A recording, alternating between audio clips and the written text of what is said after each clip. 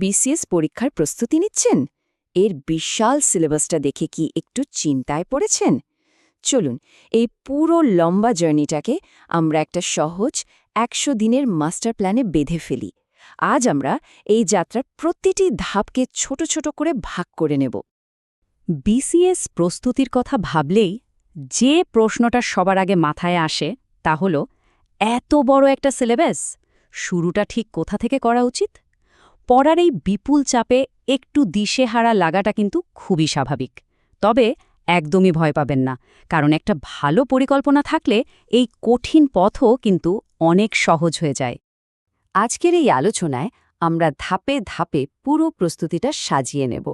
প্রথমে আমরা বিসিএস পরীক্ষার ধরনটা বুঝব, তারপর নম্বর বণ্টনের উপর ভিত্তি করে কোন বিষয়গুলো বেশি গুরুত্বপূর্ণ তা খুঁজে বের করব।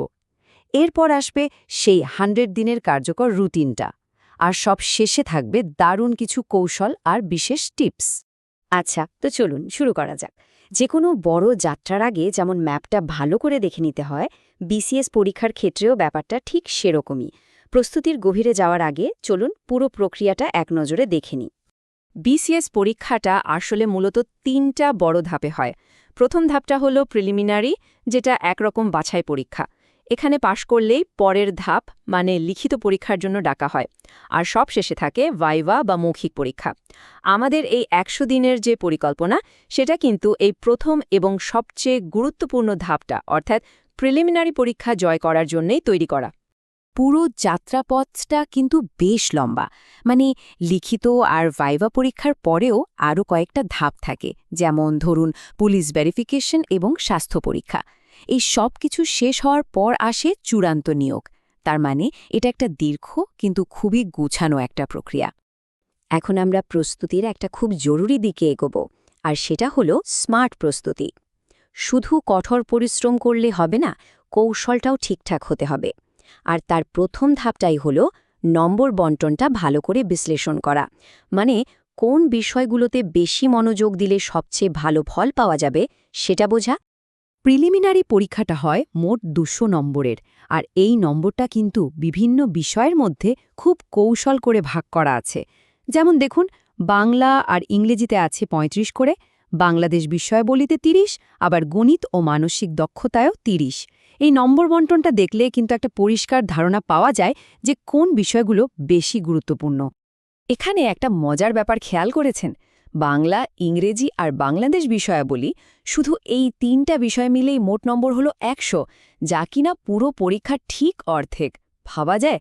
এর মানে হলো এই ৩টা বিষয়ের যদি খুব ভালো একটা প্রস্তুতি নেওয়া যায়, তাহলে কিন্তু সাফল্যের সম্ভাবনা অনেকটাই বেড়ে যায়। তো অনেক তো বিশ্লেষণ হলো, এবার আসা যাক এই আলোচনার একদম মূল পর্বে, আমাদের প্রতিদিনের পড়ার রুটিন। এই অ্যাকশন প্ল্যানটাই আমাদের ধারাবাহিকভাবে প্রস্তুতি নিতে সাহায্য করবে এবং লক্ষ্যে পৌঁছানোর পথটা অনেক সহজ করে দেবে। এখানে আমরা একটা নমুনা রুটিন দেখব, তবে শুরুতেই বলে রাখি, এটা কিন্তু একটা গাইডলাইন মাত্র, কোনো কঠিন নিয়ম নয়। প্রত্যেকেই নিজেদের সুবিধা, শক্তি আর দুর্বলতা অনুযায়ী এই রুটিনটাকে নিজের মতো করে সাজিয়ে নিতে পারেন। এই যে নমুনার রুটিনটা, এখানে দেখুন, দিনের নির্দিষ্ট সময় বিভিন্ন বিষয়ের জন্য ভাগ করে দেওয়া আছে। সকালের দিকে গ্রামারের মতো কঠিন বিষয়গুলো রাখা হয়েছে যখন মনোযোগ বেশি থাকে, আর শুক্রবার দিনটাকে পুরোপুরি রাখা হয়েছে রিভিশন আর মডেল টেস্টের জন্য। এভাবে পড়লে কোনো বিষয়ে বাদ পড়ার ভয় থাকে না। একটা ভালো রুটিনের পেছনে আসলে কয়েকটা মূলনীতি কাজ করে, যেমন প্রতিদিন নিয়ম করে পড়া, যা পড়া হয়েছে তা বারবার ঝালিয়ে নেওয়া, আর প্রতি সপ্তাহে মডেল টেস্ট দিয়ে নিজের অগ্রগতি যাচাই করা। তবে সবচেয়ে গুরুত্বপূর্ণ হল নিজের ভুলগুলো থেকে শেখা। শুধু রুটিন মাফিক পড়লে কিন্তু হবে না, সাথে কিছু কৌশলও প্রয়োগ করতে হবে। চলুন এমন কিছু কৌশল দেখে নেওয়া যাক, যা আমাদের প্রস্তুতিকে আরও কার্যকর করে তুলবে এবং অন্যদের থেকে এগিয়ে থাকতে সাহায্য করবে। এই 4টে অভ্যাসকে বিসিএস প্রস্তুতির জন্য প্রায় অপরিহার্য বলা চলে। পুরনো বছরের প্রশ্ন বিশ্লেষণ করলে বোঝা যায় কোন টপিকগুলো থেকে বারবার প্রশ্ন আসে। নিয়মিত পত্রিকা পড়লে সাম্প্রতিক বিষয়াবলিতে দখল বাড়ে, আর মডেল টেস্ট ও শর্ট নোট তো গোছানো প্রস্তুতির জন্য দারুণ কার্যকরী। এই কথাটা কিন্তু 100% সত্যি। পুরনো প্রশ্ন সমাধান করা মানে শুধু অনুশীলন করা নয়, এটা আসলে পরীক্ষার প্রশ্নের প্যাটার্নটা বোঝার সবচেয়ে ভালো উপায়। এর মাধ্যমে প্রস্তুতি অনেক বেশি গোছানো আর কার্যকর হয়ে ওঠে।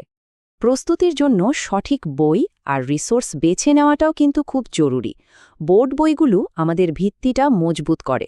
এর পাশাপাশি বাজারের ভালো মানের গাইড বই, দৈনিক পত্রিকা আর অনুশীলনের জন্য অনলাইন প্ল্যাটফর্ম ব্যবহার করলে প্রস্তুতিটা পূর্ণতা পায়। আমরা জানি বিসিএস পরীক্ষার্থীদের মধ্যে চাকরিজীবী এবং পূর্ণকালীন শিক্ষার্থী দুরকমের মানুষই আছেন, আর দুজনের পরিস্থিতি আর সময়ের সুযোগও ভিন্ন। তাই দুজনের প্রস্তুতির কৌশলও যে কিছুটা আলাদা হবে সেটাই স্বাভাবিক। যেমন ধরুন, চাকরিজীবীরা সপ্তাহের শেষ দিনগুলো আর প্রতিদিনের যাতায়াতের সময়টাকে দারুণভাবে কাজে লাগাতে পারেন। অন্যদিকে যারা পূর্ণকালীন শিক্ষার্থী, তারা একটা বিস্তারিত রুটিন তৈরি করে প্রতিদিন 6 থেকে 8 ঘন্টা পড়াশোনায় মনোযোগ দিতে পারেন। আসল কথা হল নিজের পরিস্থিতি অনুযায়ী একটা বাস্তবসম্মত পরিকল্পনা তৈরি করা। একটা কথা সবসময় মনে রাখা ভালো, বিসিএস কোনো স্প্রিন্ট দৌড় নয়, এটা একটা ম্যারাথন। তাই একদিন অনেক বেশি পড়ার চেয়ে প্রতিদিন নিয়ম করে অল্প অল্প করে পড়া অনেক বেশি কার্যকর। সবচেয়ে বড় শক্তিটাই হলো ধারাবাহিকতা আর একটা সুসংগঠিত পরিকল্পনা। একটা সম্পূর্ণ রোডম্যাপ এখন আমাদের হাতে। এখন শুধু দরকার দৃঢ় সংকল্প নিয়ে পথে নেমে পড়া। তাহলে আর দেরি কেন? পরিকল্পনাটা সাজিয়ে বিসিএস জয়ের এই যাত্রায় নেমে পড়ার এটাই তো সেরা সময়। সবার জন্য রইল অনেক অনেক শুভকামনা।